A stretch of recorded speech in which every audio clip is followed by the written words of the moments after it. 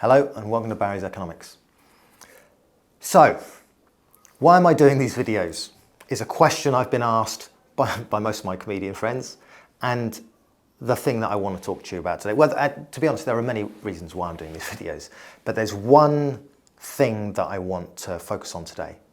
So I've been a comedian since I was 15 years old. I've always wanted to do it. I was literally reading jokes under the duvet to myself at the age of 6 years old, like a comedy sociopath. I've always wanted to make people laugh. That's always what I've wanted to do. I did my first gig at the age of 15. And I went to the Edinburgh Festival for the first time when I was 19. And I did my first hour-long show when I was 22. The problem is that when you come from a background like the one that I'm from, in Dorset, council estate in Dorset, I can't afford to take a show to the Edinburgh Festival. Do you know how much that costs? It's like you don't make money, you lose £5,000 a throw. So a lot of the performers up there are hemorrhaging money. And my response to that was I'd work all year to save up money and then I'd have a job while I was up there. One year, for example, while I was working as a cleaner in the same venue I was performing at that evening. Like I'd wake up at 6 in the morning and I would clean the toilets. I would put out the chairs, I'd mop the floors, I'd sweep everything up. Sometimes I'd be sick behind chairs. I would be cleaning from 6 in the morning till 9 in the morning. Then I would go out, I would fly for my show, I would then perform the show, I would collapse exhausted, and then I'd get back up at 6 in the morning and repeat. And I'm not complaining about that. I've always worked, I've always had 2 jobs. That's not the issue. The thing I found was that when I was doing that, the reaction that other performers had to me changed. Like there was one conversation I remember, and I told this performer that I was cleaning the venue, and the way that they responded to me changed, it shifted. They literally said out loud, "Oh, sorry, I thought you were a proper comedian." But even that moment isn't the reason I'm making this video. The thing that I find most curious about that is that I found myself agreeing with him.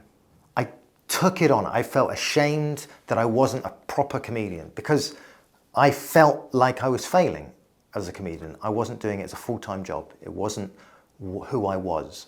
I was defined by, by everyone telling me I wasn't. If you're poor, you start internalizing that. You carry yourself smaller, you speak less, you expect less. And I did. I expected less. When I ended up bankrupt and homeless, I expected less. I expected myself to be in that position because I wasn't a proper performer. I began to believe that I deserved the rung I was handed. And psychologists have a term for this: internalized worthlessness. A system that tells you that you matter less until you agree with it.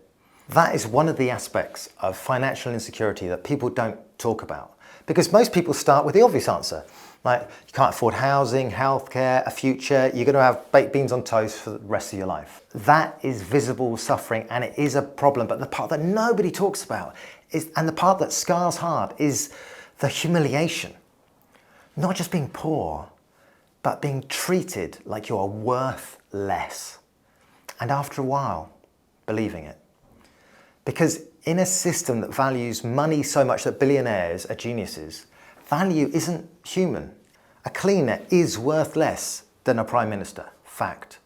A care worker is worth less than somebody that moves imaginary numbers around a hedge fund spreadsheet, fact. And if you live long enough inside that hierarchy, you start to absorb it. You start to apologize for existing. And that's not poetic, that's scientific. In 2010, the British Journal of Social Psychology ran a study that showed that people who perceive themselves as low status, even if they're not technically poor, experience more shame, more depression, and a stronger sense of worthlessness. Not low income, low value. And the classic 2008 study by Naomi Heisenberg at UCLA found that social exclusion activates the same brain region as physical pain, the anterior cingulate cortex. Being ignored in a conversation, neurologically speaking, actually hurts as much as stubbing your toe. Fact. And that's what poverty is, not just a bank balance, a message that you don't matter. If you're poor, you start internalizing that. You carry yourself smaller, you speak less, you expect less. And I did. I expected less. When I ended up bankrupt and homeless, I expected less. I expected myself to be in that position. I began to believe that I deserved the position I found myself in. And it's only the fact that I built this club, that I started a comedy club once a week, that got so busy, there were queues around the block, that then became 2, 3, 5, 7 nights a week. And then I took over the lease on this pub, and now it does 50 shows a week. I perform pretty much every single night of the week. There are free comedy workshops for new comedians. Some of the best comedians in the world come perform here. And it's only the fact that I built this club that shows me that what I'd internalized wasn't true. And yet that internalized worthlessness is real. It's still real. It's still a struggle to get over that, because I've had 25 years of being told that I'm not. And if I can't get over it, sat in my own venue recording it, how hard is it for anyone else to get over it that doesn't have the circumstances around them to tell them that they do have value? Humiliation isn't accidental, it's built in, because inequality doesn't just distribute money, it distributes respect. Wilkinson and Pickett in the Spirit level looked at data from 23 rich countries and found that the more unequal the society, in other words, the bigger the gap between the highest earners and the lowest earners, the worse everything got. Higher mental illness, more violence, more obesity, lower trust, higher infant mortality, worse education outcomes. And that's not just for the poor, that's for everyone. Inequality is a toxin that gets into the whole water supply. Why? Because in unequal society, status becomes the true currency. And if value sits at the top, humiliation sits at the bottom. Even our culture reflects that. A 2018 analysis by the Sutton Trust found that 74% of UK judges and 60% of TV presenters come from private schools. But only 7% of the population go to those schools. It's not about who earns more. It's also about who gets seen, who gets heard, who gets invited, who gets respected. Meanwhile, the working poor get portrayed as problems that can't fix themselves, scroungers, addicts, background bankrupt characters, never as full human beings, trying their best and succeeding on their own terms. And in a world like that, you don't just lose money, you lose your place in the story. And that's why just work harder is such an insult. People are working hard, harder than ever. But if the system requires an underclass of humiliated people just to function, then the problem isn't effort, it's architecture. It's estimated that poverty costs the UK £78 billion a year in lost productivity and increased public spending, which comes from a Roundtree Foundation statistic. And that's not just cruel, it's inefficient.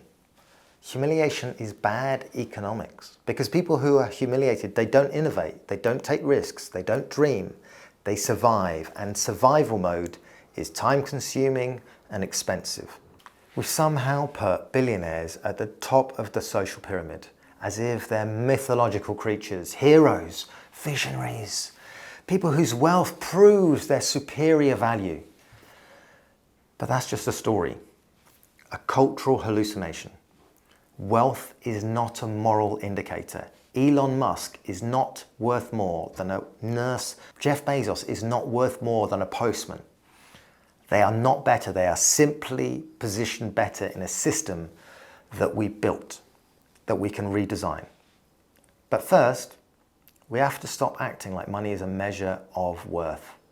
We've got to redistribute income, but we also need to redistribute respect. Until we know to our marrow that a cleaner scrubbing the toilets is worth as much as a prime minister, the person scrubbing or mopping a floor is worth the same as somebody being interviewed on Newsnight, we can't fix the problem. We won't fix it, because dignity should not be a luxury, it should be a human right. I don't know about you, but I've not got enough money to bid for dignity. That's why I'm making these videos.